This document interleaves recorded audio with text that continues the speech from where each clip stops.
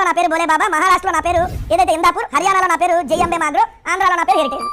ఇవన్నీ ఒకటి వాళ్ళ వెబ్సైట్ లోనే డైరెక్ట్ గా నెంబర్ 17 22 ప్లాంట్లు ఉన్నాయి. దాంట్లో number 17 plant Indapur dairy, number 21 జేఎంబే మాగ్రో. అంటే చంద్రబాబు నాయుడు గారు హెరిటేజ్ డైరెక్ట్ గా సప్లై చేసేది కల్తీ అనేది అందరికీ తెలుసు కాబట్టి యాక్సెప్ట్ చేయరు. బయట నుంచి రకరకాల ఎలిగేషన్స్ వస్తాయి. ఎందుకంటే ఆల్రెడీ కేరళలో నిషేధం, దట్టు చంద్రబాబు నాయుడు గారు ముఖ్యమంత్రిగా ఉన్నప్పుడు డైరెక్ట్ హెరిటేజ్ పార్టిసిపేట్ చేశారు అనుకోండి, ఎస్ మీ కంపెనీ పార్టిసిపేట్ చేశారని చెప్పి డైరెక్ట్ గా ప్రతిపక్షాలు ఎలిగేషన్ చేస్తాయి కాబట్టి సో అందుకని ఏం చేశారు తెలియదా, ఇందాపూర్ నుంచి సప్లై చేశారు. చంద్రబాబు నాయుడు గారు అలియా సిబిఎన్ అన్నట్టుగా అక్కడ ఇందాపూర్, ఇక్కడ హెరిటేజ్. మరి ఇదే ఇందాపూర్ డైరీ నుంచి 2015 సంవత్సరంలో 295 రూపాయలకి టీటీడీకి నేను సప్లై చేశారు. 2016 సంవత్సరంలో ఏదైతే 278 రూపాయలకి సప్లై చేశారు, సప్లై చేసినప్పుడు 2016 సెప్టెంబర్ లో డిస్క్వాలిఫై అయింది. మరి డిస్క్వాలిఫై అయినటువంటి ఇందాపూర్ ని మళ్ళీ 6 నెలల్లో ఎవరు క్వాలిఫై చేశారు? అయ్యా రెడ్డి గారు, కథలు చెప్పడం మీకు తెలిసినంతగా ఎవరికి తెలియదేమో.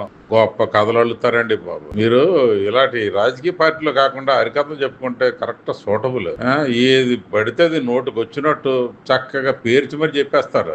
ఏం బుర్ర ఉండాలండి. మనం బుద్ధుండి మాట్లాడుతున్నావా, బుద్ధి లేకుండా మాట్లాడుతున్నావా? ఒక రాజకీయ పార్టీకి మీరు సపోర్ట్ చేస్తున్నారు, మంచిదే, చేసుకోండి ఆ పార్టీకి. కానీ మాట్లాడే దానిలోని నిజం ఎంత ఉంది, నిజాయితీ ఎంత ఉంది అని తెలియాలి కదా. మిమ్మల్ని చూసి నవ్వుకుంటున్నారండి.